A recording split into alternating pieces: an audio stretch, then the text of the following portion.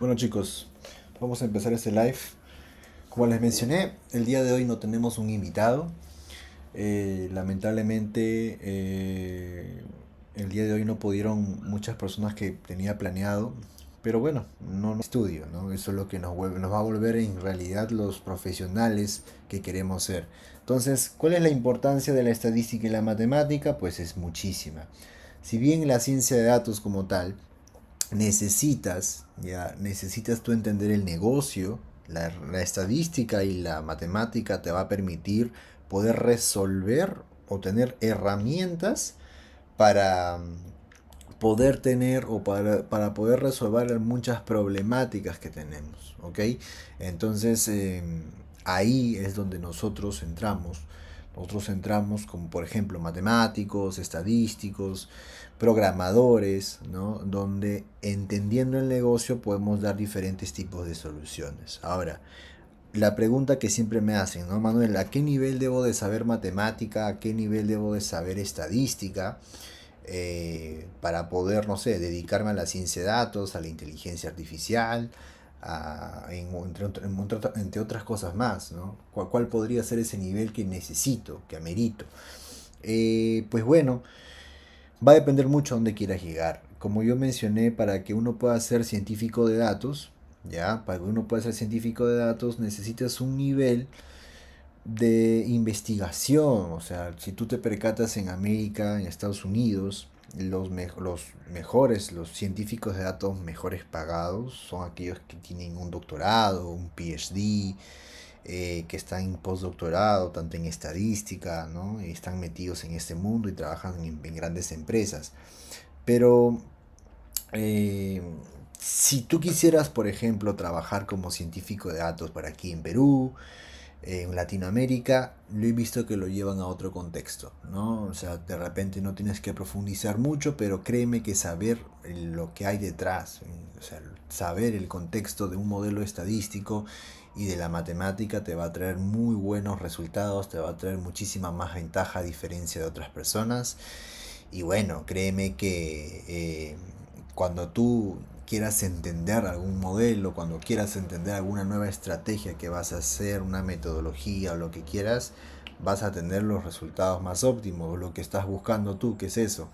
Entonces, bueno, eh, yo podré estar respondiendo algunos comentarios, si es que hay algunos. Mientras tanto, yo voy a ir mencionando un poco sobre cuál sería esta ruta que sería interesante llevar o aprender para que podamos aprender un poco más de la inteligencia artificial, de la ciencia de datos o en general, ¿no? Así que bueno, continuando con este tema, ¿no? De la importancia de la estadística, bueno, yo voy a contarlo todo respecto a mi vista que tengo, a la percepción que tengo como un estudiante de estadística, ¿no? Yo estudié computación científica, no pude estudiar los estudios de estadística matemática en la maestría, entonces veo que hay como un background, ¿no? Todo un soporte en el que tienes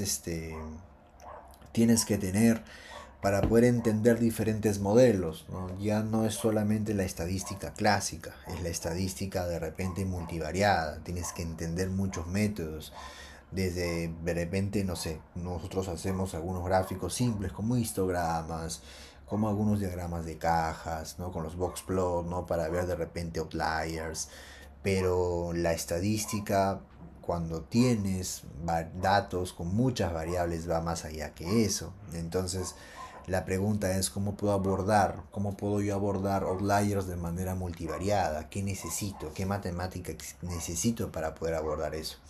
Como tal, ya estás trabajando con muchas variables, estás trabajando con vectores. Entonces, esto a ti te exige definitivamente que puedas manejar o tengas herramientas ya que puedas manejar con vectores en n dimensiones, y eso quien te da eso te da el álgebra lineal. Manejar el álgebra lineal como una herramienta matemática o estadística es importantísimo, ¿ok? Es muy importante. Así que si quieres empezar o quieres tú tener un nivel o por lo menos empezar como un científico de datos, conocer o aprender un poco más de la inteligencia artificial, necesitas obligatoriamente aprender de álgebra lineal. Ahora la pregunta es, Manuel, ¿a qué nivel tengo que conocer el álgebra lineal? pues bueno, ahí va a depender mucho a lo que te quieras dedicar, pero por lo menos tienes que saber qué es un vector, qué es un espacio vectorial, qué significa una combinación lineal, qué es una base.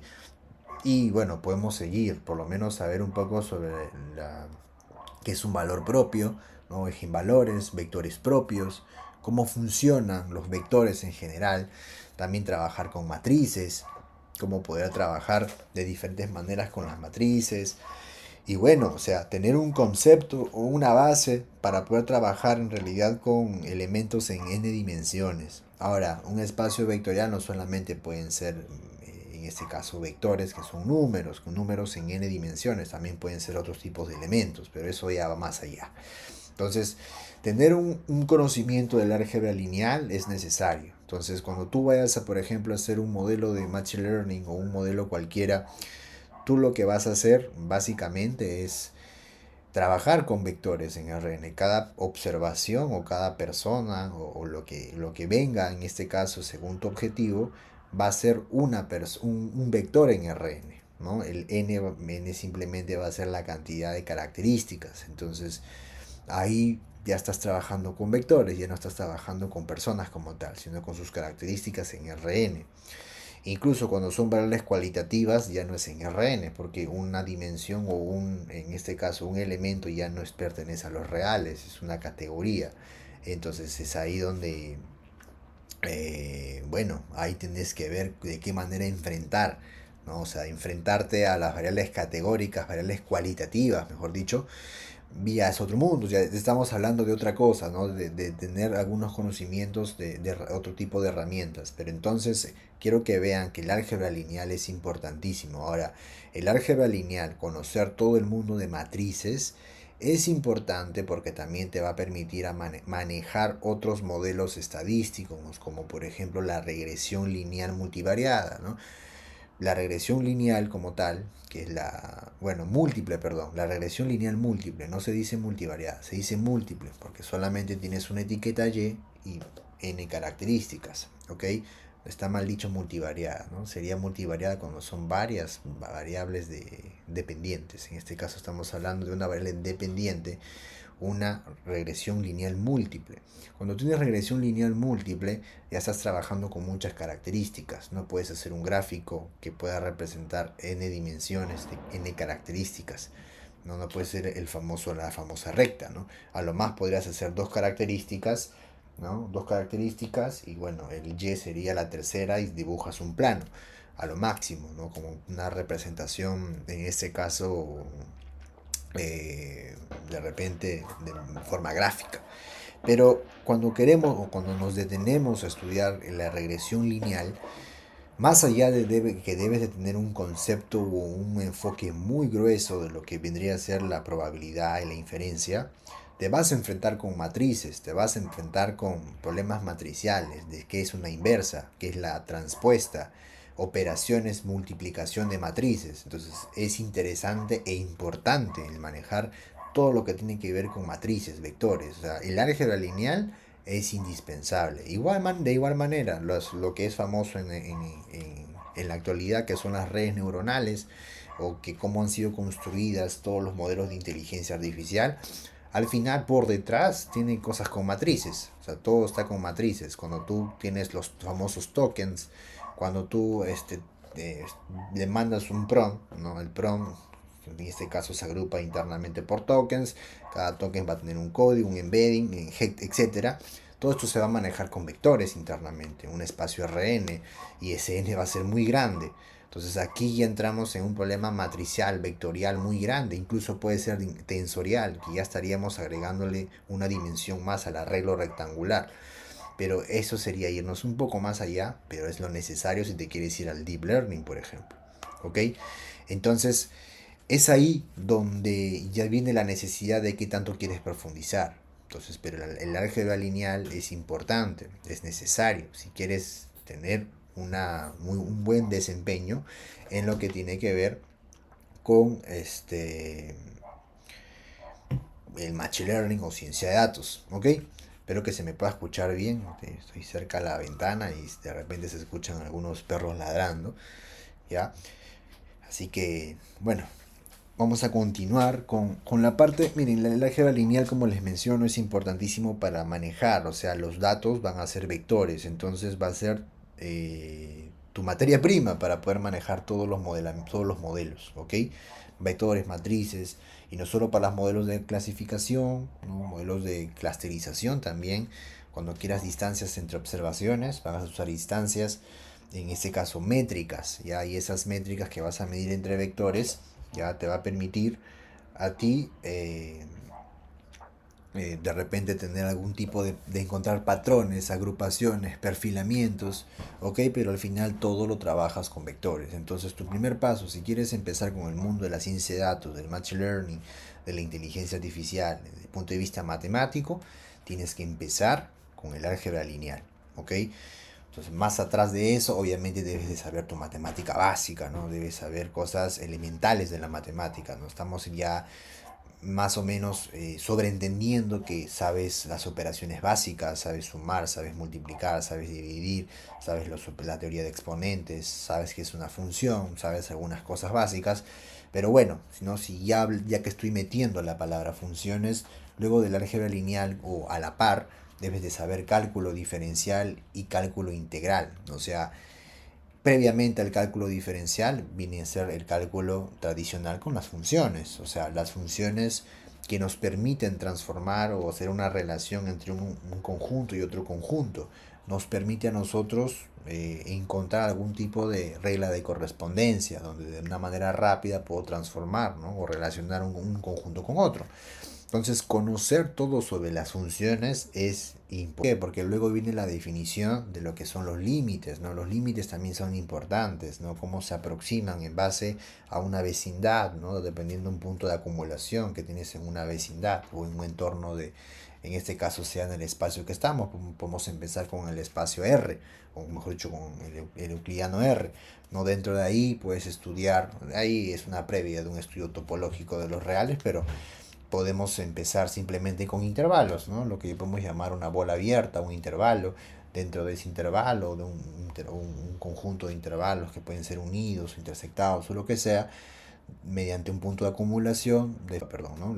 La pendiente de una recta tangente de una curva, ¿no? Pero bueno, igual esto tiene una revisión un poco más sólida, una revisión un poco más sólida, más un poco quizás un poco más dura, como una transformación lineal, pero bueno, al final puedes tú entender la derivada como tú creas conveniente, o sea, en un principio para aprender lo que es la derivación, porque luego viene la integración, ¿no? La derivada es una herramienta muy grande, ¿no? Que sirve mucho en la física, por ejemplo, pero aquí también en el mundo de la inteligencia artificial, del machine learning, funciona muchísimo para lo que viene más adelante en la optimización. Entonces, la derivación es importante, la integración es también muy importante. Incluso en la historia, si tú lees un poco de historia, primero fue la integración y luego fue la derivada, la diferenciación. Hay una forma que los conecta, como el teorema fundamental del cálculo, ¿no? Una forma en que se conectan ambos, ¿no? Se ven que uno es la inversa del otro. Y entender este tipo de conceptos es importante, ¿ok? Es importante porque, bueno, nos va a dar otro enfoque de cómo entender la manera en cómo podemos usar estas herramientas para resolver problemas de la vida real, ¿ok? Por resolver problemas de la vida real, que es lo que queremos, y en este caso aplicado o haciendo uso del Machine Learning. Luego, una vez que ya entiendes todo lo que es cálculo, ¿no? Tanto con derivadas, con integrales, ya tienes herramientas importantes, sobre todo con las derivadas, ¿no? Con las derivadas te va a permitir a ti poder tener una herramienta para encontrar máximos y encontrar mínimos, ¿ok? Al final, gran parte, por no decir el 100% de las técnicas de Machine Learning, muchas de las técnicas de Machine Learning se llevan o caen en un problema de optimización, ¿ok? Caen en un problema de optimización, incluso de optimización convexa, ¿no? Entonces aquí tienes que saber qué significa un conjunto convexo, qué significa una función convexa, sobre todo la función convexa, ¿no? ¿Qué es una función convexa? Tienes que tener la claridad de qué significa optimizar, ¿no? Cuáles son los elementos de un problema de optimización, ¿no? ¿Qué significa la función objetivo? ¿Qué significan las restricciones? Y en base a esto, tú puedes construir o en este caso hacer un problema. resolver un problema, ¿no? Que vendría a ser, ¿cuál va a ser el valor de x que hace que esta función toma su mayor valor, pero en este intervalo, ¿no? Entonces la función vendría a ser que la función que vas a optimizar es la función objetivo. Las restricciones es el intervalo donde pertenece la función y la solución vendrían a ser cuáles son esos x que generan ese máximo o mínimo en el intervalo que tú le has pedido. Entonces, esto es para un caso en el eje real. Nosotros en la vida real tenemos un problema en Rn, en n dimensiones. Entonces, es ahí donde viene lo curioso, viene lo interesante. Y en este caso, ¿no? En este caso, es ahí donde la optimización convexa tiene mucho auge, porque las funciones, en este caso, el problema de optimización convexa viene porque vas a resolver un problema de optimización donde la función objetivo es una función convexa, ¿no? Pero Manuel, ¿qué es una función convexa? Es ahí donde tienes que estudiar y ver la necesidad de por qué estudios funciones convexas. Porque cuando llevas a su parte dual, ¿no? Que también tienes que entender qué significa eso, porque cuando lo llevas a su parte dual ya existen teoremas que te traen, o sea, te aseguran que existe la solución, que la solución es única, existen teoremas que te permiten entender esto. Y bueno, este, a ver, vamos a ver.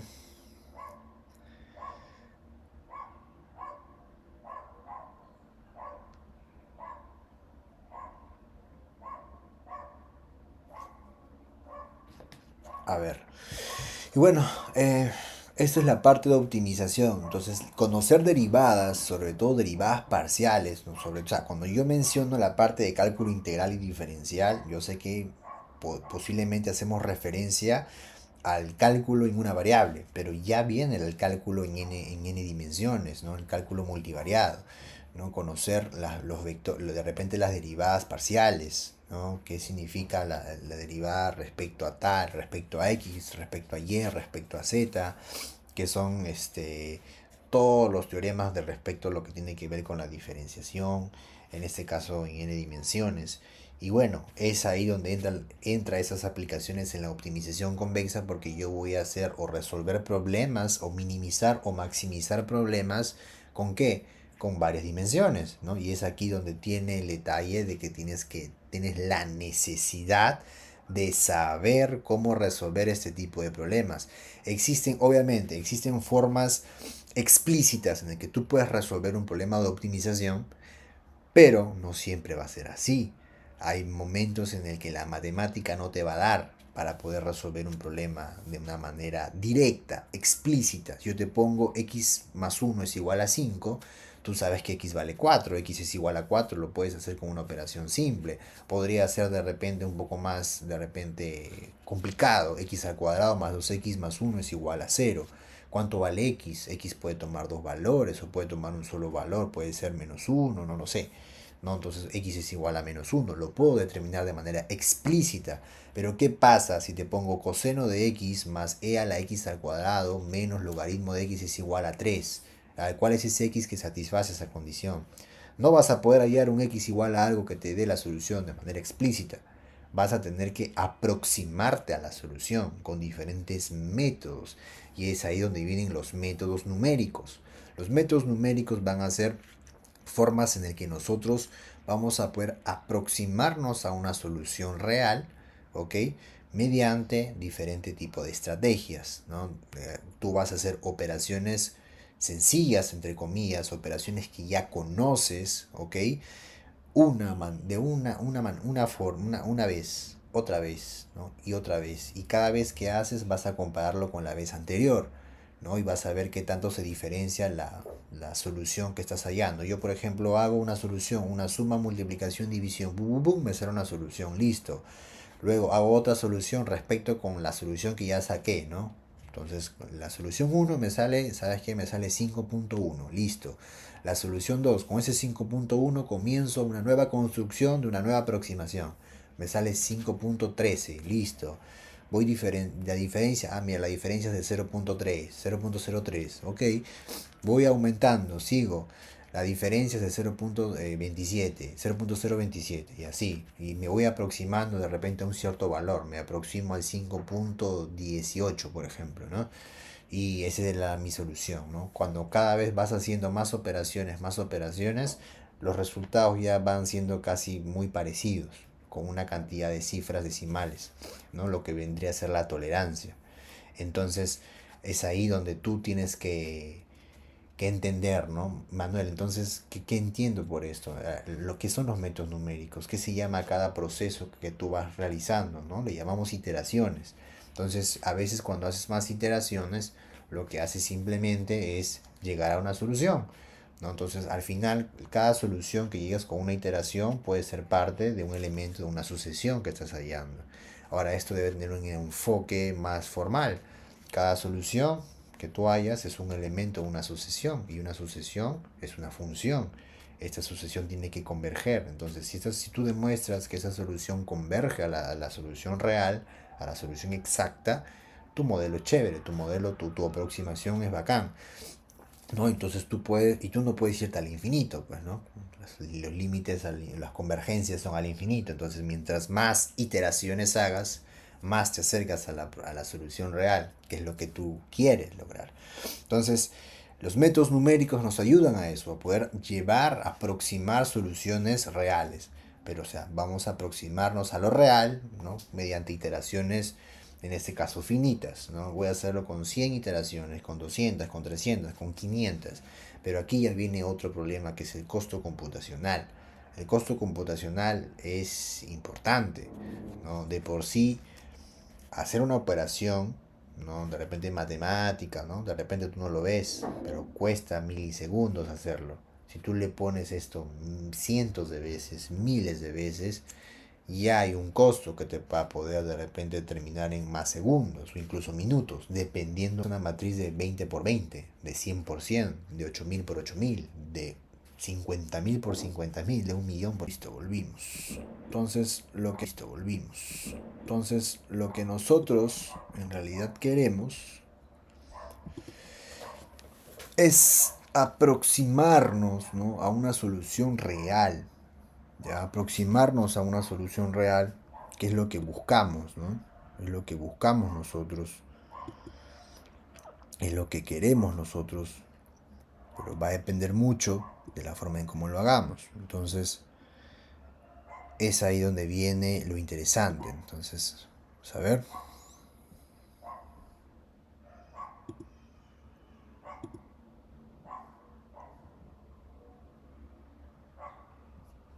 Listo.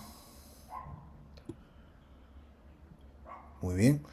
Entonces, ya saben, es interesante saber lo que son métodos numéricos. O sea, no entra aquí en la categoría de importancia la estadística y la matemática en la IA, porque, bueno, métodos numéricos ya es matemática computacional, no es otra cosa.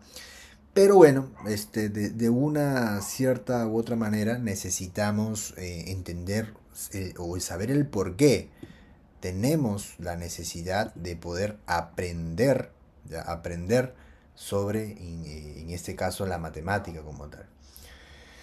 Bueno, eh, lo que vamos a mencionar ahora, ya vamos a mencionar ahora, vendría a ser seguir con el tema de optimización. Entonces, para poder solucionar problemas de optimización, ya, para poder solucionar problemas de optimización, nosotros necesitamos, ya, necesitamos como tal entender, entender, ok, vamos a ver, creo que por algún momento se me paró la transmisión, espero que se me escuche bien, si es que me están escuchando algunos, ¿no? Por aquí creo que hay 5 que nos están viendo, algunos 5 que nos están viendo, muy bien, listo. Como les mencionaba, entender lo que es la optimización convexa es importante, ¿no? Y la forma en cómo llegas a la solución en un problema de optimización convexa va a ser mediante aproximaciones. Y existen muchísimas técnicas, ¿ya? ¿Y por qué se toma optimización convexa? ¿No? Porque trabaja con funciones convexas en su función objetivo. Y esto existen muchos teoremas, muchas herramientas matemáticas que nos garantizan una solución y que ésta sea única. Ok, entonces a estudiar qué significa optimización convexa es importante. ¿Quieres entender lo que hay detrás de los modelos de Machine Learning? Entonces tienes que aprender optimización convexa. Ok, y bueno, métodos numéricos si es que quieres ir más allá. Ya los paquetes de Python, los paquetes en general de R o los demás ya tienen como tal eh, un, ¿cómo te digo? O sea, ya tienen la solución, la aproximación por dentro. No sé si qué tanto te interesa a ti. Si es que te interesa mucho aprender a ti, te lo recomiendo que puedas estudiar. La mayoría de modelos que he podido estudiar tienen problemas de optimización, redes neuronales, Super Vector Machine y entre otros más. Todos tienen problemas de minimizar algo, quieren minimizar algo. Pero bueno, eso sería lo que tendrías que aprender en la optimización. Luego, una vez que entiendas lo que es la optimización convexa, respecto al punto de vista matemático, podrías meterte en las probabilidades. Bueno, la probabilidad como tal ya viene de la teoría de la medida. ¿Ok? Entonces, si bien podemos entender la estadística, ¿no? Que bueno, estoy hablando ahorita de matemática. En la estadística es importante entender, ¿ya? Entender que necesitamos de, a ver, necesitamos conocer ciertas cosas básicas en la estadística, ¿no? La matemática es una herramienta muy fuerte, ¿no? Yo no podría decir que la estadística es una subdisciplina de la matemática, ¿no? Es diferente. Como que decir la física es una subdisciplina de la matemática, no, porque la física necesita de la matemática como una herramienta, pero estudia de otra manera los fenómenos de la naturaleza. Al igual que la estadística, estudia los fenómenos que existen en los datos, ¿no? Como la variabilidad, cómo estudia la variabilidad. Entonces, usa la matemática como una herramienta para poder medir esta variabilidad. Y ahí dentro de esta variabilidad hay muchas cosas que dentro de, ¿no? Quiere explicar, quiere describir, etcétera, etcétera, ¿no? Pero al final se reduce en poder querer explicar la variabilidad, los fenómenos aleatorios. Quieres estudiar cómo se miden estos fenómenos aleatorios, qué manera podemos controlarlos, ¿no? Entonces, tú lo que vas a hacer es entender primero, si quieres ir desde un punto de vista matemático, eres un estudiante de matemáticas, se te da mucho las mates, entender si quieres qué es la teoría de la medida. La teoría de la medida es importante e interesante, ¿ok? Porque ya define qué es una medida. La medida es una función como tal que cumple ciertos requisitos, mejor dicho, ciertas condiciones, ¿no? Que son tres, lo llamamos axiomas. Cuando esto recae en un caso particular, se le llama la probabilidad, ¿no? La probabilidad es una medida de probabilidad. Que esos tres axiomas, que es la definición de una medida, se le llama los axiomas de Kolmogorov, que es cuando quisieron, en este caso, definir o formalizar o axiomatizar las probabilidades, porque algunos entenderían probabilidad, oh, mira, casos a favor entre casos en totales, ¿no? Pero eso no es la probabilidad, eso no es la probabilidad axiomática, ¿no? La probabilidad axiomática ya va más allá, ¿no? Kolmogorov, ¿no? O sea, se toman los conceptos o los axiomas de Kolmogorov y luego los vuelven un poco más general, que es la medida como tal. Dentro de la medida vas a entender que es un álgebra, que es un sigma álgebra, ¿no? Y así podemos seguir y seguir. Eh, y bueno, luego de eso, ya, luego de eso, lo que podrías entender es, bueno, aprender muy bien lo que es probabilidad, ¿no? Si entiendes muy bien lo que es la probabilidad, tienes una gran ventaja, ¿ya? Porque las probabilidades son el nexo de ir entre lo descriptivo y lo inferencial. Pero bueno, vamos a ir por partes, ¿ok? Una vez que tú ya tienes todo el concepto de probabilidades, o sea, tienes que entender muy bien, o sea, desde lo más básico, que es un espacio muestral, o sea, que es un experimento aleatorio, que es lo que mide las probabilidades. Un experimento aleatorio, un espacio muestral, qué significa una variable aleatoria, ¿no? Es importante entender, creo que muchos hablamos de qué es una variable aleatoria, pero no lo podemos ni siquiera definir.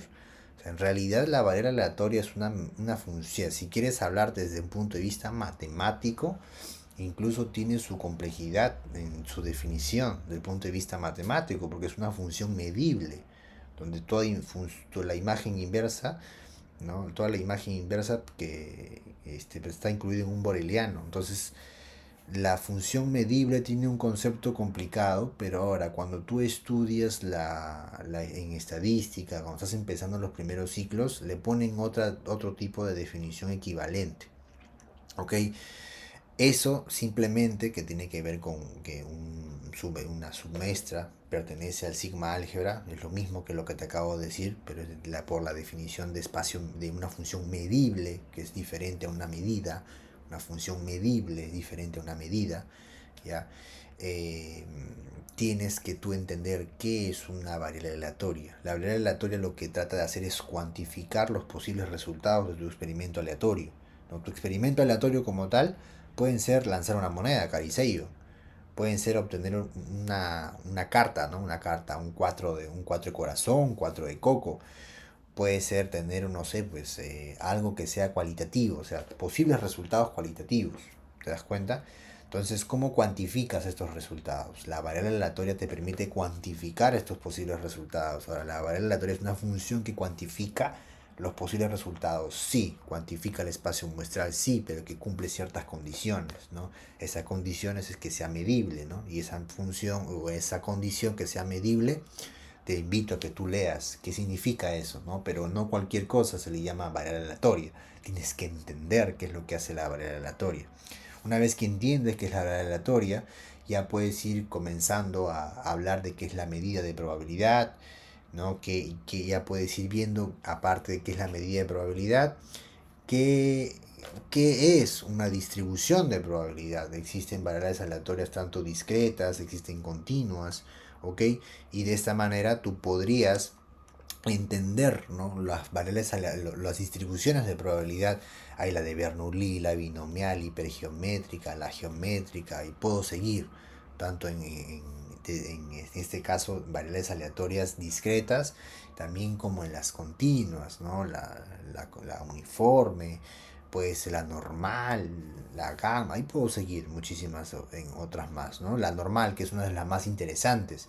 ¿Por qué es la más interesante la normal? Porque en este caso tiene mucho énfasis por el teorema central, el teorema límite central, que en algún momento también lo mencionaré, pero también tiene que ver mucho con el concepto, ¿no? De entender qué es la esperanza, qué es la varianza, ¿no? Entender estas relaciones que hay entre variables, entre diferentes distribuciones de probabilidad. Entonces, se dan cuenta que hay un background necesario para que tú puedas entender la matemática que hay detrás. Ahora, como les vuelvo a repetir, ¿es necesario que sepas todo esto? Posiblemente no, pero va a depender mucho de lo que tú quieres llegar. Yo estoy mencionando la importancia que tiene la estadística y la matemática, tanto en la ciencia de datos como en la inteligencia artificial, para poder llegar a lo que hemos llegado ahora. Yo vi un video que hizo Platzi, creo que lo hizo Freddy Vega, con tres personas más, en donde no se pararon, hicieron un live, no se pararon hasta entender cómo llegar a que un perro ladre, ¿no? O sea, como tú le dices, un perro ladra, tú sabes que un perro puede ladrar, pero ¿cómo haces tú que un modelo te prediga que el perro puede ladrar?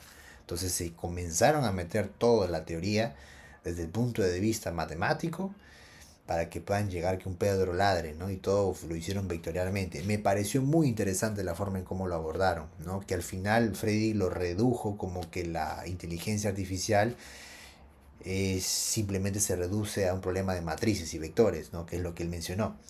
Por un lado tiene razón, ¿no? Pero por otro lado va más que eso, ¿no? Hay un poquito más de cosas más complejas, ¿no? Porque creo que si fuera así de fácil, creo que todos lo pudiéramos haber hecho hace tiempo, ¿no? Pero matemáticamente, sí, todo se reduce a operaciones con matrices y vectores, sí, pero esas operaciones tienen todo un background matemático, probabilístico, muy necesario, ¿ya? Y bueno, como les digo, o sea, el entender o ir este camino que estoy yo mencionando en base en mi experiencia, que creo que es necesario, se los comparto, ¿no? Ahora, una vez que ya entendemos, ¿no?, que necesitamos álgebra lineal, conocer sobre vectores, sobre matrices, entender sobre qué son los eigenvalores, vectores propios, entender el cálculo diferencial integral, tanto en R como en Rn, ¿no? Entender que es una derivada parcial, Luego irte a la optimización, ¿no? Sobre todo la optimización convexa, entender que es un conjunto convexo, que es una función convexa, resolver problemas en este caso, con una función objetivo convexa. ¿Qué es una función objetivo? ¿Qué es una restricción?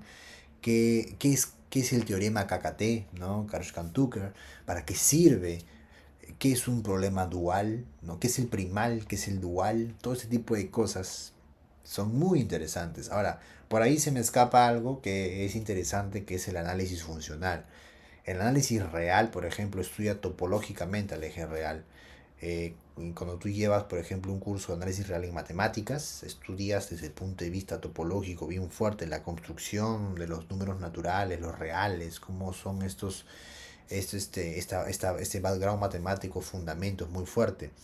Luego, cuando tú vas ya a estudiar, por ejemplo, las bolas abiertas, bolas cerradas, punto de acumulación, qué es a qué se le llama un punto abierto, etcétera, un conjunto cerrado, punto interior, etcétera. Cuando comienzas ya a analizar el eje real desde este punto de vista topológico, se vuelve interesante en la matemática, ¿no?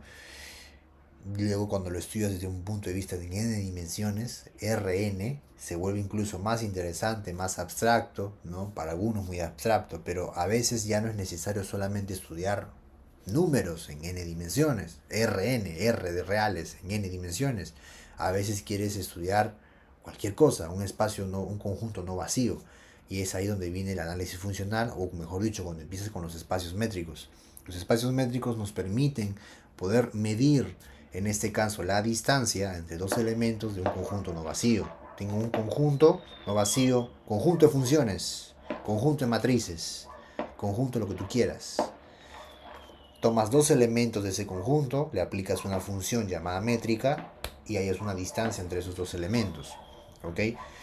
Y eso es lo que te permite a ti poder medir la distancia entre dos elementos cuando tú usas clusterización, ¿no? Lo que llamamos métodos jerárquicos, en este caso los métodos también no jerárquicos como K-means, métodos jerárquicos cuando usas diferentes tipos de distancias, ¿no? La euclidiana, la de Manhattan, la de Minkowski, la de Mahalanobis y puedo seguir. Todo esto se basa en la teoría de métricas, ¿no? Y esto tiene un background matemático, ¿no? Toda función, hay un montón de métricas. ¿Por qué? Porque son funciones. Funciones que tomas dos elementos de un conjunto no vacío, que lo lleva a un real positivo, o mejor dicho, un real no negativo, porque puede ser cero, pero debe de cumplir ciertas condiciones, ¿no? La positividad, ¿no? O la no negatividad, mejor dicho, ¿no? Debe de cumplir la homogeneidad y debe de cumplir la desigualdad triangular. Entonces, ese tipo de cosas, ¿no? Te da como que un conocimiento de los diferentes tipos de métricas que existen, ¿ok? Y bueno, podríamos seguir incluso con esto, incluso en las métricas de L1, las métricas L2, que son muy importantes cuando tú por ejemplo quieres ver algunos modelos de repente de regresión. Hay algunos modelos como por ejemplo cuando quieres seleccionar características, que es el modelo de Rich, los modelos de Lazo, ¿no? Sí, son algo interesante, ¿no? Porque estos modelos por detrás se recaen en un problema de optimización, ¿ok?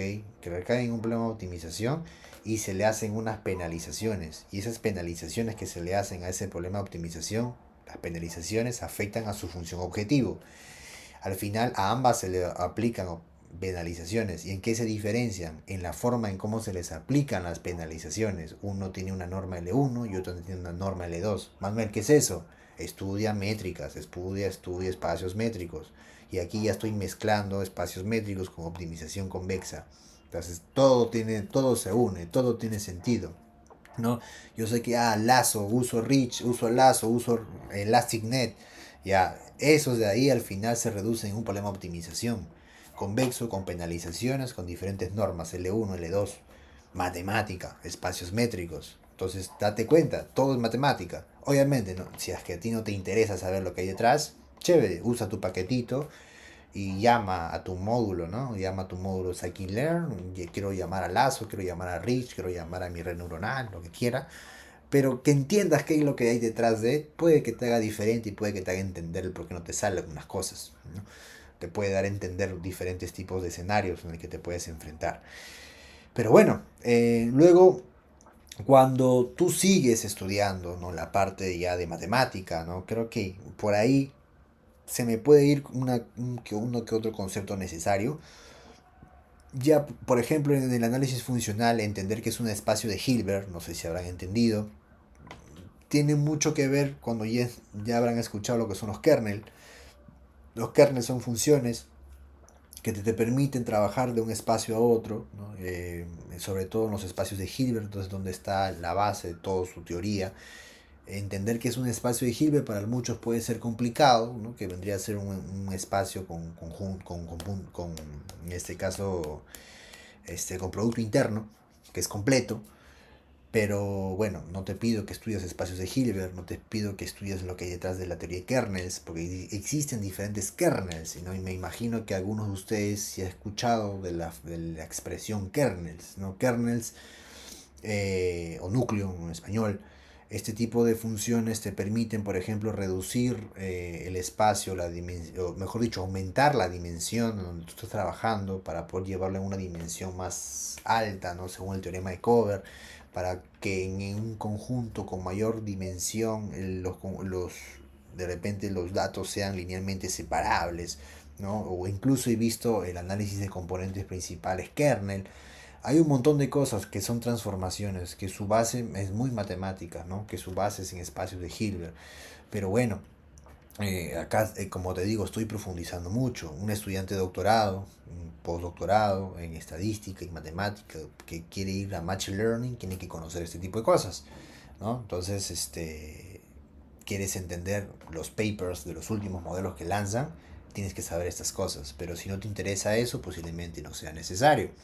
Entonces, te vuelvo a repetir, hay mucho background matemático, hay muchas cosas matemáticas. Y no estoy hablando todavía de la estadística, te estoy hablando solamente de la matemática. Todas las cosas que te estoy mencionando son las que estudié cuando estudié computación científica, que es matemática computacional. Entonces, imagínate ahora lo que viene con la estadística.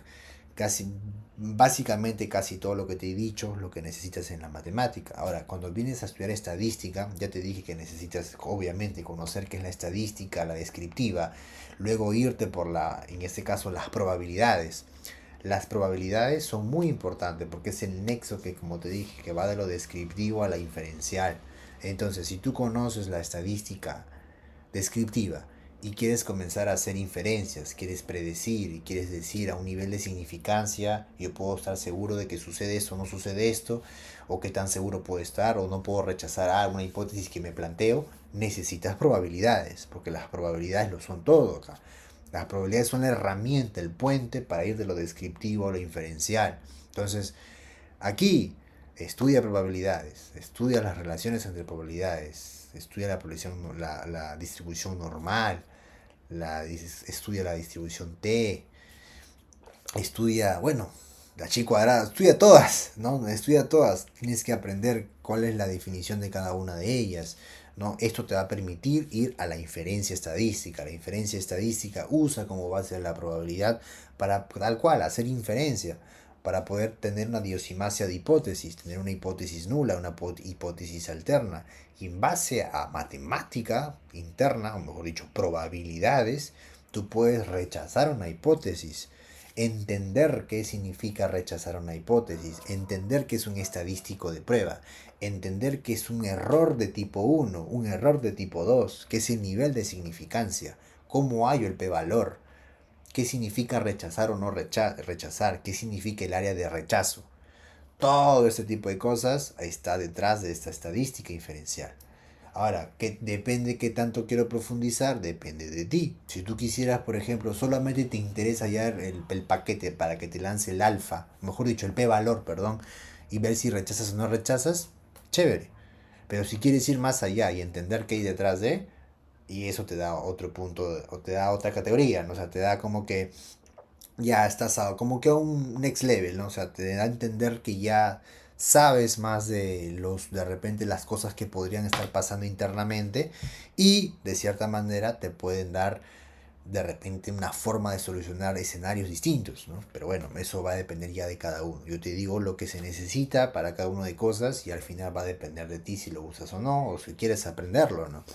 Una vez que entiendes que es lo que hace la inferencia estadística, también hay la paramétrica y la no paramétrica, ¿no? Sabes que entiendes, tienes que entender que es un parámetro, tienes que entender que es un estadístico, ¿no? Que a partir de un estadístico quiero llegar a inferir qué es lo que sucede, estimar lo que sucede en un parámetro. Entonces, entender este tipo de cosas es necesario, ¿no? Cuándo usar un método paramétrico, cuándo usar un método no paramétrico, cuándo usar o mejor dicho, saber cuáles son las ventajas unos con otros. Entender esto es importantísimo, entonces va a depender mucho de cuál es lo que tú quieras hacer, ¿ok? ¿Quieres trabajar contra variables cuantitativas, cualitativas? Manuel, ¿cómo es una nova? O Manuel, ¿cuál es la prueba chi cuadrada? ¿O cuál es la prueba t? ¿No? ¿O para qué me sirve? ¿No? ¿O para qué sirve el diseño de experimentos? ¿No? ¿Cómo puedo hacer un análisis factorial? Entonces, todo este tipo de cosas ya nace a partir de la inferencia estadística, ¿no? Paramétrica, no paramétrica, ¿no? Y de esa manera, bueno, tienes que entender muy bien cómo funciona toda esta parte detrás. Ahora, existe algo llamado técnicas de muestreo. De repente no es necesario porque ya un científico de datos no es el que recolecta la data, simplemente es aquella persona que ya va a tener la data como tal. Pero entender de cierta manera por lo menos cuáles son esas técnicas, como es un muestreo de repente probabilístico o uno probabilístico por conveniencia, o por lo menos conocer los tipos de muestreo que hay, aleatorio simple, sistemático, por conglomerados, N cosas. Hay técnicas para eso, incluso hay estudios, cursos completos de diseño de encuestas, de experimentos que te dan este background. Hay, por ejemplo, nosotros en estadística llevamos un curso si no mal recuerdo el nombre es de encuestas o algo que tiene que ver con el ítem, no me acuerdo exactamente el nombre del curso, pero incluso llevamos cursos de diseño y desarrollo de encuestas. Entonces es importantísimo toda esta parte interesante, lo que hay detrás, imagínate, para hacer una encuesta, un instrumento estadístico, hay todo un estudio, ¿no? De 16 semanas que debes de entender. No te pido que estudies esto para que hagas, en este caso, seas un científico de datos, pero mira, hay esto también, o sea, hay algo que tienes que entender. Ahora, cuando ya sabes todo este tipo de cosas, ya podrías entrar ya a los modelos estadísticos, a los modelos inferenciales, en este caso la regresión lineal. La regresión lineal es lo básico que tienes que entender para ya comenzar a hacer algún tipo de predicción. Pero ¿qué necesitas para aprender regresión lineal? Regresión lineal obviamente necesitas todo lo que te he mencionado anteriormente, saber manejar matrices, vectores, operaciones básicas, manejar bien tu probabilidad y tu teoría de inferencia estadística. Tienes que entender el concepto, qué es lo que hace una regresión lineal múltiple, qué es lo que hacen las características. Ya tienes n características y tienes una variable y, ya. ¿Qué es lo que hace la regresión? ¿O crees que solamente es hallar los betas y nada más? Pues estás equivocado, no solamente es hallar betas, es más que eso. Tú lo que estás haciendo es modelar la media. Estás modelando la esperanza de una variable aleatoria condicionada, de un y dado un x, dado una observación x. Modelas la esperanza, es una esperanza condicionada. Entonces, entender esto, que cada fila, imagínate un Excel, cada fila define una distribución, ¿no? Cada fila define una distribución, por eso vendría a ser una variable aleatoria condicionada, la esperanza condicionada a cierta observación, a cierta condición, a cierta condición. Tienes muchas variables aleatorias. Todo este conjunto de variables aleatorias deben de cumplir ciertas condiciones. Cuando haces el modelo, defines lo que es un residuo, que lo que quieres estimar, lo que va a pasar a los errores. Todas estas residuos te van a poder estimar, oye, ¿tienen distribución normal? Oye, ¿cuál es su varianza? Su varianza debe ser la misma, dice, ¿no? Yo siempre me decía, Manuel, si el error es una variable aleatoria y la variable aleatoria tiene varianza, ¿no? Sí, tiene varianza. La varianza es única. ¿Por qué me dicen que debe tener varianza constante? Que se llama la homoscedasticidad, que es una de las condiciones que debe tener la regresión lineal. Pues lo estaba entendiendo mal, ¿no? Es porque no entiendes de que la regresión lineal lo que haces es modelar mediante una esperanza condicionada, dado cada observación. Cada observación define una variable aleatoria y todas esas variables aleatorias que defines, ¿no? Van a tener que tener una misma varianza, ¿no? Que vendría a ser la homoceasticidad. Entonces, lo que te estoy hablando puede ser clave para entender lo que hay detrás de la regresión y veas la regresión de otra manera, ¿no? La regresión, tú construyes una forma de cómo abordar una forma lineal, ¿no? Un beta sub 0 más un beta 1 x1 más un beta 2 x2 más un beta k xk. Ok, esa es tu forma, tu modelo, la manera en cómo tú vas a poder estimar, o mejor dicho, cómo tú vas a poder representar la variable y. ¿Cómo hay esos betas? Existen diferentes formas para estimar, ¿no? Una de ellas, bueno, me imagino que habrán escuchado de mínimos cuadrados, ¿no? Existen más, ¿no? Existen más, máxima verosimilitud y puedo seguir, pero ¿no? Se dice que la de estos métodos, ¿no? Al final llegan a la misma solución. Como llegan a la misma solución, entonces, bueno, va a depender de cuál uses, ¿no? Va a depender de cuál uses. Ahora, el de mínimos cuadrados al final se soluciona con un problema matricial, ¿no? X, la matriz de diseño transpuesta por la matriz, por una inversa, por la matriz de diseño, por la matriz, por el vector Y. Ahora, esto se vuelve un problema matricial. Dentro de ese problema matricial es interesante, mira, tienes una menos uno, ¿no? Tienes una inversa. Entonces eso quiere decir que tienes que garantizar que existe la inversa de esa matriz, ¿no? Que vendría a ser la matriz de diseño, ¿no? Entonces la matriz de diseño, que vendría a ser la matriz de todas las características, y le aumentas una columna de unos para que puedas multiplicar, y de ahí es el beta cero. Tiene que cumplir ciertas condiciones, ¿no crees? Entonces algunos, por ejemplo, cuando trabajan con variables que tienen multicolinealidad, que significa esas, que una variable puede ser una combinación lineal de otras, ¿no? ¿Qué pasa en una matriz cuando una variable o una columna puede ser combinación lineal de otras? La determinante es cero, propiedad de álgebra lineal. Y si la matriz es cero, dime, ¿no vas a tener inversa o no vas a tener inversa? Vas a tener problemas en el paraíso. Por eso evitamos la multicolinealidad en la regresión, porque al final es una solución de un problema matricial que va a permitir determinar los estimadores. Entonces se dan cuenta cómo la matemática te ayuda a entender muchísimo mejor lo que hay detrás de las cosas. No solamente es hallar los betas, chicos, o sea, es más allá de eso. Incluso tú puedes hallar los betas, pero esos betas son significativos. Manuel, ¿qué significa significativo? Ahí está. Si hago una nova, y me sale de repente el estadístico F, que si se rechaza o no se rechaza, ¿qué significa rechazar?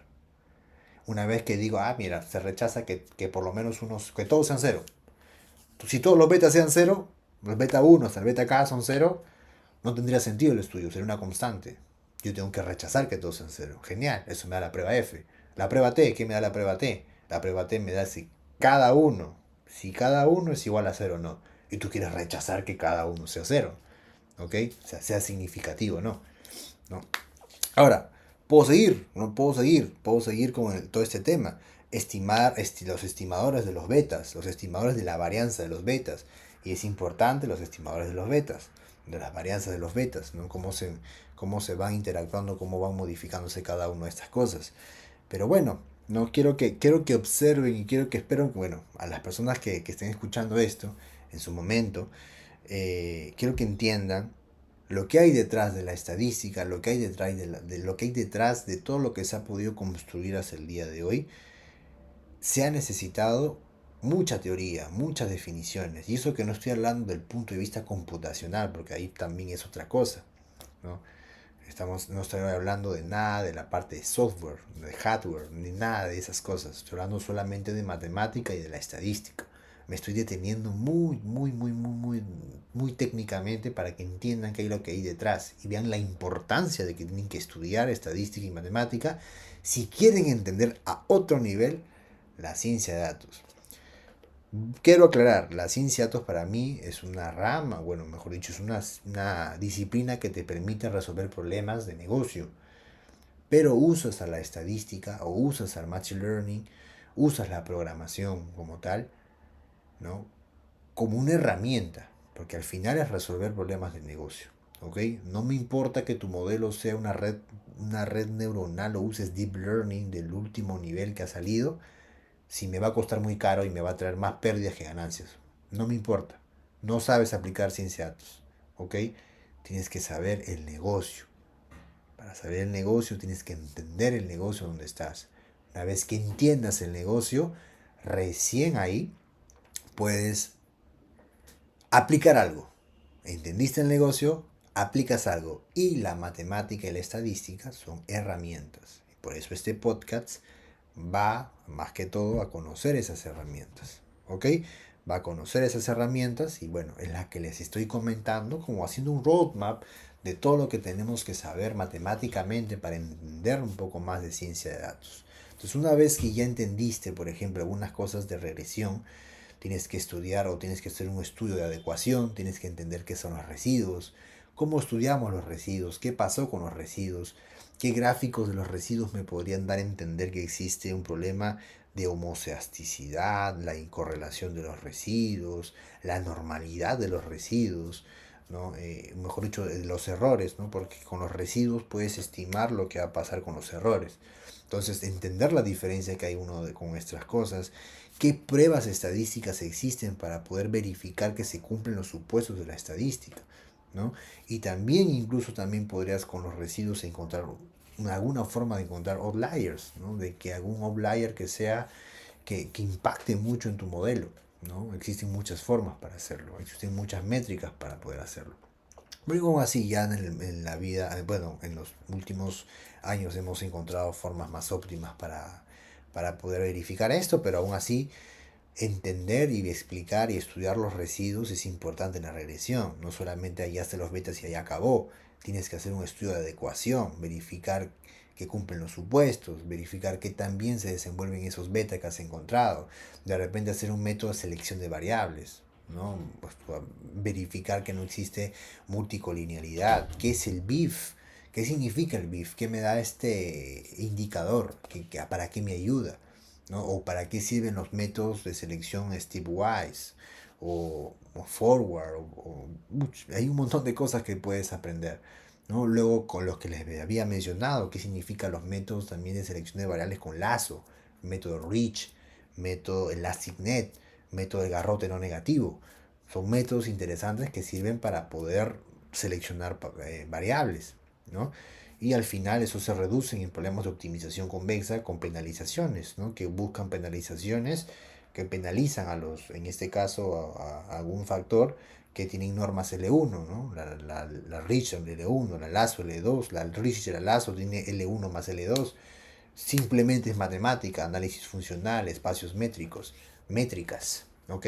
Eso es lo que tiene detrás los métodos de selección de variables. Una vez que pasas ahí, ¿a qué vas? Luego ya puedes ir a modelos de repente no lineales, puedes ir combinar modelos, ¿no? Con dos regresiones, ¿no? Puedes combinar dos regresiones, puedes hacer modelos lineales generalizados de repente, ¿no? Ya entender ya qué es un modelo lineal generalizado, qué es una familia exponencial, qué es la función de enlace, qué es la función logit, ¿no? Qué es podemos seguir, ¿no? Para ahí luego entrar a la función, en este caso a la regresión logística, que en realidad te va a permitir hacer una clasificación, ¿no? Al final asigna una probabilidad, ¿no? Que pertenece a cierta observación. Pero bueno, ya estamos abarcando muchas cosas de lo que vendría a ser una manera de poder hacer predicciones. Ya si hemos hecho una regresión, ahora podrías hacer una clasificación, ¿no? Entonces sería un camino muy interesante para poder hacer todo este tipo de cosas. Entender la regresión es importante para empezar en el mundo de la ciencia de datos o del machine learning, ¿no? Porque viene a ser la clave estadística. Luego podrías estudiar estadística de manera multivariada. Por ejemplo, yo entiendo que muchos de ustedes han podido usar outliers, ¿no? O identificar outliers, por ejemplo, con su boxplot, las bolitas que están en los extremos. Ah, mira, esos son los datos atípicos. Pero, mm, ¿qué te sirve de ti encontrar datos atípicos por variable? ¿Se podría llegar a interpretar algunas cosas? Sí, nos puede llegar a interpretar algunas cosas. Pero en el mundo real tenemos que encontrar cuáles son esos datos atípicos de manera multivariada. ¿Ok? Multivariada. Entonces, ¿cómo yo puedo abarcar? ¿O de qué manera? ¿O de qué técnicas puedo hacer? Puede ser muchas técnicas, ¿no? Una de las más interesantes y conocidas es trabajar con la distancia de Mahalanobis. Otra vez hablamos de distancia, una métrica, espacios métricos, matemática, análisis funcional. La distancia de Mahalanobis es interesante porque te ayuda a poder tener la distancia entre dos elementos teniendo en cuenta una matriz de covarianza. ¿Ok? Ahora, es una de las más usadas en estadística posiblemente, ¿no? Justo por esto mismo, por la matriz de covarianza, ¿no? Que mide relaciones entre variables con variables, ¿no? No solamente su posición en el espacio euclidiano, como la distancia euclidiana, ¿no? Va más allá, que es la distancia de Mahalanobis. Entonces, entender lo que es la distancia de Mahalanobis es interesante. Incluso se demuestra, ¿no?, que la distancia de Mahalanobis al cuadrado puede tener una relación con la chi cuadrada, ¿no? Si los datos, ¿no?, podrían estar de repente de manera teórica con los reales, ¿no? Se pueden, así como has hecho gráfico ggplot, existe el chi cuadrado plot, ¿no? Ver que está en una recta, podrías ver cuáles son esos valores extremos, cuáles son los valores de repente tentativamente que pueden ser outliers, ¿no? Te ayuda mucho la chi cuadrado en este caso, ¿ya? Con la distancia de Mahalanobis al cuadrado. Y existen pruebas de inferencia estadística que te permiten ver si un dato puede ser o no un outlier, ¿no? Pones un H0, ¿no? No es un outlier, si es un outlier, y de esa manera con un estadístico de prueba, que vendría a ser la distancia de Mahalanobis, con un punto crítico teórico, ¿no?, de la chi cuadrada, puedes rechazar o no una hipótesis nula, ¿no? Si es mayor, rechaza, si no, no, ¿no? Entonces ahí también entra pruebas de estadística para ver, hay pruebas estadísticas de inferencia que te dicen si un dato es outlier o no. Un dato es outlier o no, entonces existen pruebas de manera multivariada, entonces existen formas para hacer esto. Ahora, una vez que vas aquí, ya entras a otra cosa que podría ser el análisis de componentes principales, ¿no?, que te permite reducir la dimensionalidad. ¿Qué significa el análisis de componentes principales? ¿Para qué sirven? ¿Qué hay detrás de? Usas valores propios, usas vectores propios, ves qué relación hay entre los vectores propios y las correlaciones entre las variables numéricas, la necesidad que estas variables sean estandarizadas previamente, qué es lo que hace, qué significa los valores propios, qué significa la varianza explicada, qué es la varianza explicada acumulada, ¿ok? Luego de esto, ¿qué vendría a ser los factores, las cargas de los factores? ¿Cómo mides esa representatividad? ¿Qué significan esos números? ¿Qué significa hacer una rotación Varimax? ¿No? ¿Qué significan los gráficos? ¿Qué significa cada dimensión? ¿Qué significa si tengo por ejemplo, un conjunto de datos de 10 dimensiones y aplico PCA, PCA también va a dar 10 dimensiones, o sea, dimensión 1 hasta la dimensión 10. Pero, Manuel, ¿y qué significa reducir dimensionalidad? Que eliminar variables con PCA no significa eso. Significa que cada variable va a tener un porcentaje de todas las originales a cierto nivel. Pero eso lo vas a ver con la varianza explicada. La dimensión 1 de la nueva transformación de datos puede tener el 20 o 30% de todos de las 10 variables originales. La dimensión 2 puede tener el 15% de todas las variables, ¿no?, la varianza de los 15 originales, y así. Entonces es que cada dimensión tiene un pedazo de todo.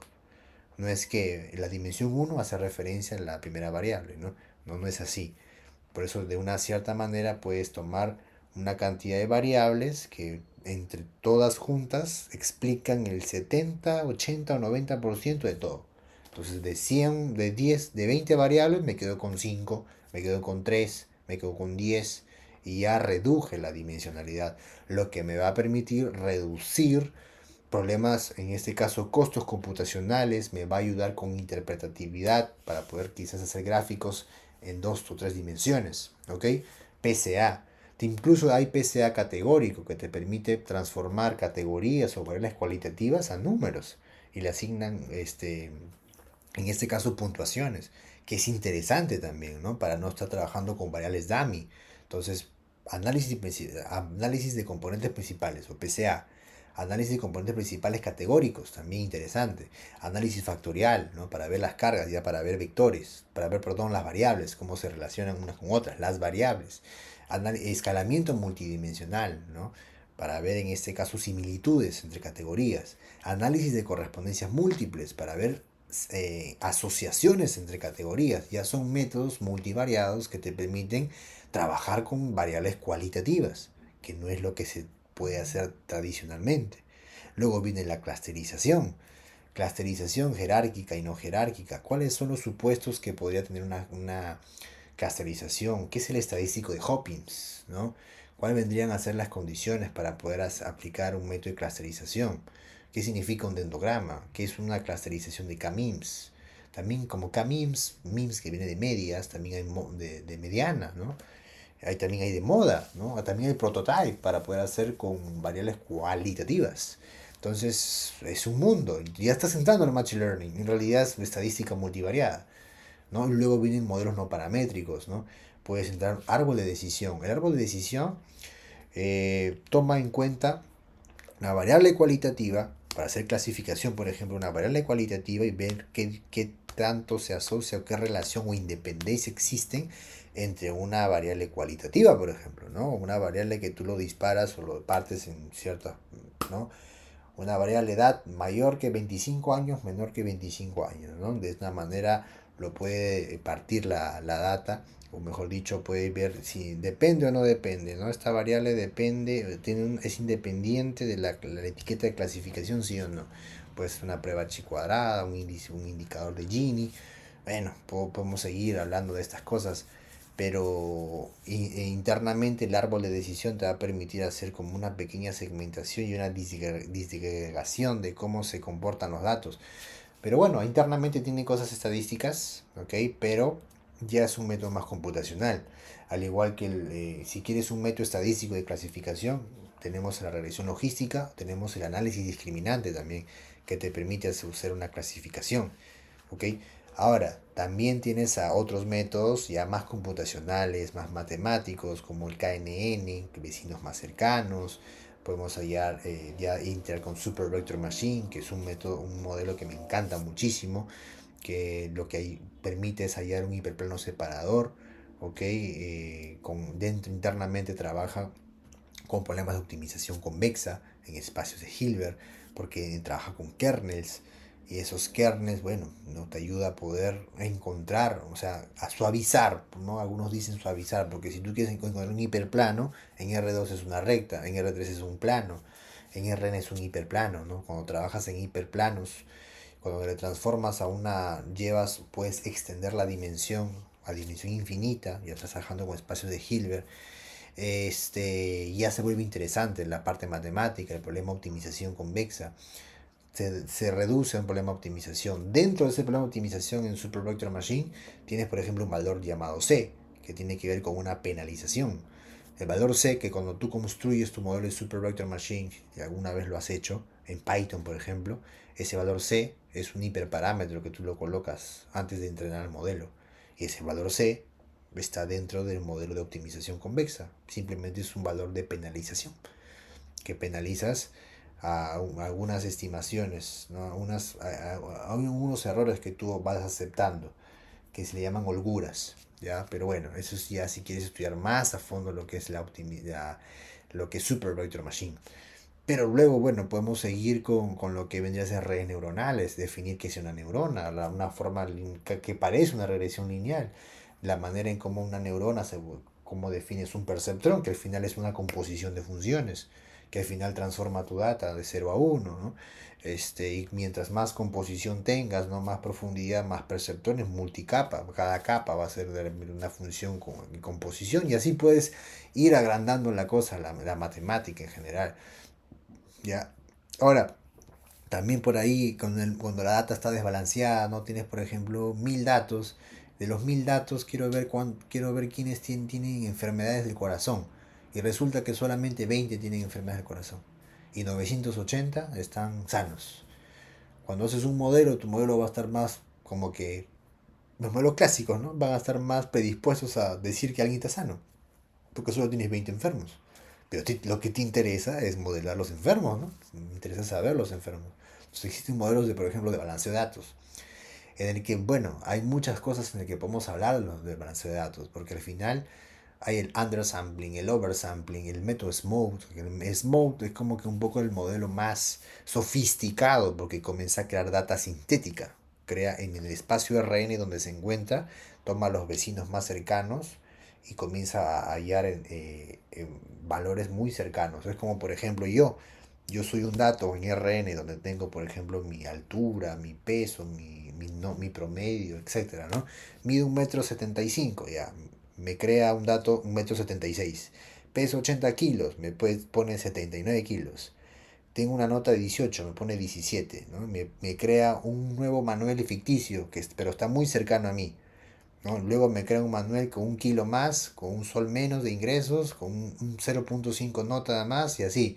Y me crea valores muy cercanos a mí, por ejemplo. Y así, valores muy cercanos a otro. Crea data sintética. Entonces, eso es mode, de synthetic model, viene de justo de eso. Crea data sintética y comienza a esos 20 valores que solamente eran 20 en inicio, puedo convertirlo a más, puedo convertirlo a cientos de valores, porque comienzo a crear data sintética dentro de ese espacio en RN. Entonces es ahí donde se vuelve interesante, pero el problema que yo identifico es que estás creando datos ficticios, datos que no son el fenómeno original.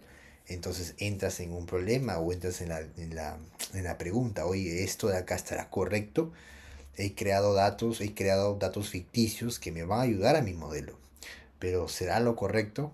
Entonces es ahí donde te creas la pregunta. ¿No? Por eso no siempre Mode es la mejor solución, no siempre balancear datos es la mejor solución, por eso existen métodos boosting.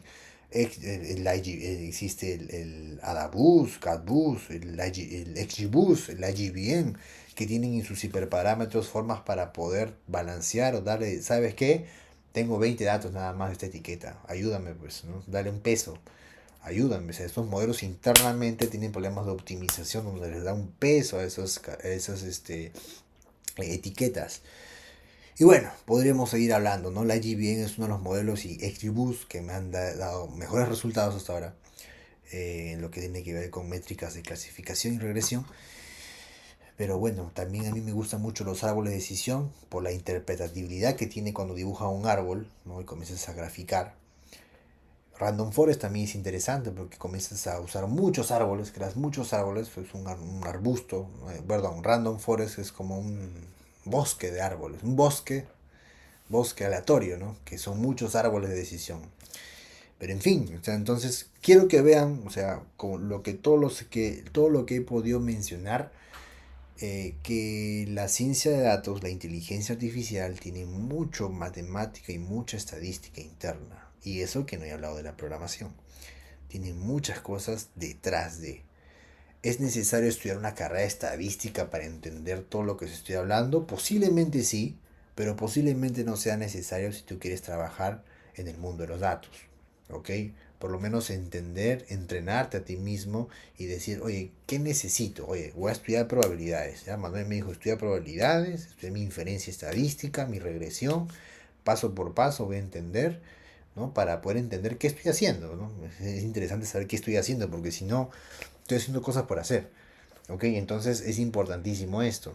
Por otro lado, es necesario conocer mucha matemática para dedicarme a la ciencia de datos. No es necesario, pero va a depender hasta dónde quieres llegar como un científico de datos. Como les digo, aquí en Perú o en Latinoamérica, ser un científico de datos no es que vayas a publicar un paper.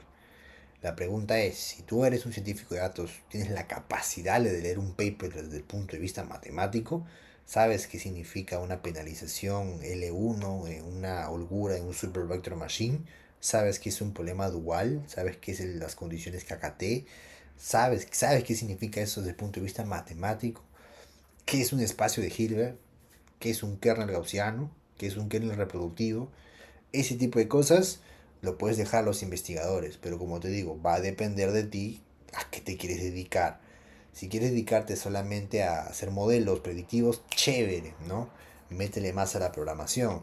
Oye, pero podrías darle un stop y entender un poquito qué es lo que hay detrás, ¿no? En matemáticas, si es que quieres entender y quieres, siempre se van publicando nuevas cosas. Si quieres entender, por ejemplo, no sé, ¿no? Un nuevo modelo que va a salir, pucha, me gustaría entender la matemática que hay detrás, pero si te falta, tienes un background matemático que no va contigo, te va a doler, ¿no? Entonces, a los chicos que estudian matemáticas, ¿no? Y si alguien de matemática me está viendo, pueden dedicarse al mundo de Machine Learning, a la ciencia de datos, hacer investigación de Machine Learning y pueden ganar mucho dinero, ¿no? Si se dedican a esto, si van a Estados Unidos, hacen un doctorado en estadística, pueden llegar a tener muy buen rendimiento. Obviamente tienen que aprender a programar también, ¿no? Y conocer sobre un negocio en específico, no solamente matemática y estadística.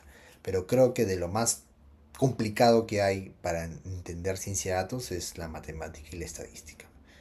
Es lo más complicado que hay. Creo que es más complicado que aprender a programar y más complicado que aprender de un negocio, ¿no? No digo que ni menosprecio los otros puntos, pero matemática y estadística siempre es un punto que tienes que creo que la mayoría hemos sufrido en algún momento, ¿no? A mí me ha costado aprender muchas cosas, ¿no? Porque es complicado, es muy difícil, ¿no? Programar también, ¿no? Pero siento que programar me parece más divertido. En mi caso me parece muy divertido programar. Me encanta programar, me gusta programar.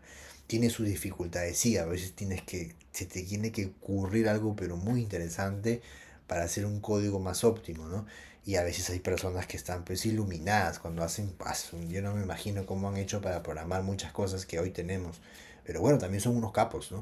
Todos tienen su línea, pero como te digo, si es que eres de matemática, no pienses que no vas a tener un lugar donde trabajar. Puedes dedicarte al mundo del Machine Learning. Has visto todo lo que he mencionado, de toda la matemática que hay detrás, la estadística que hay detrás, que te puedes dedicar a este mundo del Machine Learning. Así que, bueno, eh, creo que sería la mayoría de cosas en matemática y estadística que podríamos abordar como, ¿no? Alguien que va a empezar o alguien que quiere ir, muchas me preguntan, Manuel, ¿es necesario estudiar una segunda carrera de estadística para poder entender ciencia de datos? Y yo entiendo la pregunta, ¿no? Yo entiendo muchísimo la pregunta porque créeme que cuando yo acabé la carrera de computación científica no sentía que sabía trabajar con datos, tenía muchas dudas, no entendía, no sabía cómo trabajar, o sea, para mí la regresión era solamente sacar los betas y nada más, ¿no? Para mí no sabía entender qué era un p-valor, o sea, podía usarlo, pero no sabía qué detrás de, ¿no? No sabía cómo usar los métodos multivariados, o sea, cómo sacar outliers de manera multivariada, o sea, no sabía muchas cosas. Y yo tuve que estudiar la carrera de estadística para entender, posiblemente sí, pero no es necesario estudiar la carrera de estadística como segunda opción para entender todas estas cosas. Puedes aprenderlo por tu parte, pero tienes que ser estratégico, ¿no? Y créeme que te he dado un muy buen background, te he dado una ruta para que tú puedas entender y aprender muy bien. Como te dije, en la matemática tienes que entender bien tu álgebra lineal, tu cálculo, tanto el cálculo en R como tu cálculo multivariado, ¿no? Tú tienes que saber hacer derivadas parciales, integración también, porque es importante para lo que vienen probabilidades cuando vas a hallar, en este caso, todo lo que tiene que ver con esperanza. Tienes que saber en matemática que existen métodos numéricos, ¿no? Sobre todo matemática computacional, métodos numéricos, sobre todo, por ejemplo, el método de Newton-Raphson, por ahí se lo han escuchado, se usa muchísimo en la estadística también para poder llegar a un valor, converger a un valor, determinar la solución de un problema lineal, un problema no lineal, ya una ecuación no lineal. Es interesante también saber un poco de métodos numéricos, es importante saber de probabilidades, si quieres ir un poco más allá, estudiarlo con la teoría de la medida, que también es interesante, teoría de la medida, las probabilidades son un caso particular, entiende bien lo que son las distribuciones de probabilidad en la estadística, ¿no? Ahora si regresamos a la matemática, si quieres dar un enfoque muy bueno en la matemática, estudia análisis funcional, que vendría sobre todo espacios métricos, que te van a dar un enfoque de qué significa una métrica. Las métricas se usan mucho en diferentes campos de la estadística, sobre todo en la clusterización. También podrías estudiar la parte de optimización convexa, sobre todo la optimización que te permite maximizar, minimizar una función llamada función objetivo ligada a ciertas restricciones, sujeta a ciertas restricciones. Entiende que es una función convexa, ¿no? Una función convexa que viene de un conjunto convexo. ¿Qué significa cada uno de estos? ¿Por qué hay detrás de esto? ¿Qué es de repente, qué es un problema primal, problema dual, condiciones KKT? Todo ese tipo de cosas, que es un lagrangiano, porque está dentro de la teoría de los lagrangianos. Entonces, todo este tipo de cosas que hay en la matemática, en la optimización, es importante porque todo lo que es Machine Learning, casi todo, se reduce en problema de optimización. Un modelo de gradiente descendiente y puedo seguir, ¿no? Hay muchas cosas, pero son optimización al final, ¿no? Que en las redes neuronales se usa mucho. Entonces, una vez que entiendas esto, optimización, yo creo que ya estás casi a un paso, casi a nada en lo que vendría a ser matemática, de ya comenzar a ir a otro nivel, ¿no? La estadística, como te dije, comienza con la inferencia, ¿no? Obviamente las probabilidades ya las dominas, entiendes todo lo que tiene que ver con las probabilidades, chequea el teorema central del límite central. ¿Cuál es lo importante del teorema del límite central? Incluso aquí hay mucho concepto de la medida cuando encuentras la definición de qué significa convergencia impuntual, convergencia en distribución, convergencia en probabilidad. Este tipo de cosas, desde un punto de vista muy técnico, tiene que ver con la distribución, el teorema central del límite, ¿no? Pero bueno, de esto se trata la parte de la estadística. Luego cuando veas a la inferencia estadística, ¿no? La inferencia estadística, como te digo, hay paramétrica y no paramétrica. Tienes que saber la diferencia en estadística, un parámetro, ¿no? Entrar a los modelos en este caso, con modelos de regresión. Ya sabes qué es un modelo de regresión, no solamente serían los betas, existen estimadores, existen problemas matriciales, problemas de multicolinealidad, pruebas F, pruebas T, qué significan los estimadores de los betas, cómo los puedes interpretar, qué significa variables dummy, qué son las variables dummy, de qué manera puedes hallar las variables dummy, qué es la multicolinealidad, qué es la homocedasticidad, qué es la incorrelación de errores, qué es la normalidad. Siempre se puede hacer la prueba de incorrelación de errores. Entiendes lo que hay detrás de los modelos de homocedasticidad, o mejor dicho, de las pruebas de homocedasticidad, qué significa que rechaces o no rechaces. Es interesante todo este mundo. Se método de selección de variables, lazo, rich. Y bueno, luego puedes ir a modelos generalizados, que es una función de enlace, función logit, función probit, que es una regresión logística, ¿no? Y luego ir a modelos de o estadística descriptiva multivariada, que es el análisis PCA, principales componentes principales, principales categóricos, factorial, ¿no? ¿Qué significa ¿Qué significa un escalamiento dimensional? ¿Qué es un análisis de correspondencias múltiples? ¿Qué es la clusterización? ¿Qué significa jerárquica no jerárquica? ¿Qué es el estadístico de Hopkins? ¿De qué manera puedo medir la homogeneidad que hay dentro de cada clúster y la heterogeneidad entre los clústeres?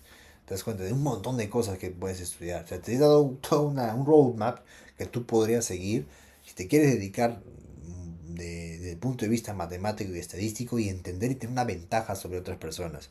Si tú estás estudiando en una facultad de ciencias, esto va a ser tu ventaja. Los de ciencias de la computación, los de informática, software, de repente sistemas o entre otras cosas más, ellos van a tener mucho skill técnico. Entonces tú vas a tener que enfrentarte contra ellos. ¿Cuál va a ser tu valor agregado? Que sepas de esto, pues estudias en este tipo de carreras. Ahora, si tú eres de las otras áreas de informática, de negocios o de estudiaste una ingeniería que no tiene nada que ver con la estadística y la matemática, bueno, estudiar ingeniería y estar alejado de la matemática es complicado, pero no tienes un background muy fuerte en lo que es estadística y matemática en ciencia de datos, es un camino largo, pero hay cosas en las que te puedes simplemente saltar, ¿no? Porque no es necesario profundizar mucho para usar diferentes modelos, ¿ya? Pero hay un camino interesante detrás de, ¿no? Un background que tienes que tener, un roadmap que puedes seguir, toda una ruta de conocimiento que puedes seguir. Entonces, podemos recomendar muchos libros, podemos hacer muchas cosas, pero bueno, al final se reduce en que hay estadística y matemática, ¿no? No mencionamos la parte de computación porque nos demoraríamos 2 horas más, y ni mucho menos de negocios, ¿no? Porque de negocios incluso es lo más importante, ¿no? En negocios es importantísimo la ciencia de datos. Si no defines bien el problema, el dolor del negocio, de nada sirve que aplique ciencia de datos, ¿ok? Entonces, bueno chicos, espero que este live les haya servido, les haya gustado a las personas que hayan estado siempre escuchando, que he visto que han sido por lo menos unas 5 o 6 que han estado con mucho gusto. Espero que las personas que estén viendo esto ya de forma grabada pueden dejar su comentario, denle un like al video para que sigamos haciendo videos todos los domingos. Y bueno, ya el otro domingo viene una nueva invitada, ¿no? Ya la tengo lista, ya se van a enterar de quién es, la persona que tiene un muy buen background, sobre todo en el mundo de los negocios, ¿no? Ya ustedes la van a conocer. Y para el próximo domingo, que luego que sigue, tenemos también un nuevo invitado, ¿no? Que también es muy bueno, que es un científico de datos. Entonces, espero que vayamos a tener muy buenas interacciones, podamos aprender muchísimo más de lo que viene la ciencia de datos. Es un nuevo mundo para mí el tema del live. Disculpen si al comienzo he tenido problemas técnicos. Es algo que quiero ir solucionando poco a poco. Estamos aprendiendo juntos y bueno, muchísimas gracias con todos por estar aquí. Como les digo, si están viendo esto grabado, si quieren volver a escuchar todo lo que se ha mencionado, pueden verlo sin ningún problema. Pueden dejar su comentario. Si quieren una ruta, quieren Manuel, ¿qué me recomiendas para tal cosa? Pueden dejar en sus comentarios, yo lo respondo sin ningún problema. Y bueno chicos, sin nada más que mencionar, muchas gracias por estar conmigo en este podcast, eh, en esta aventura que estamos yendo para poder difundir un poco más la ciencia de datos, ¿no? Porque veo que nadie se atreve siempre a hablar sobre ciencia de datos porque es algo muy complicado para algunos, eh, pero bueno, en eso estamos. Así que bueno chicos, muchas gracias por estar conmigo el día de hoy y nos vemos. Chau.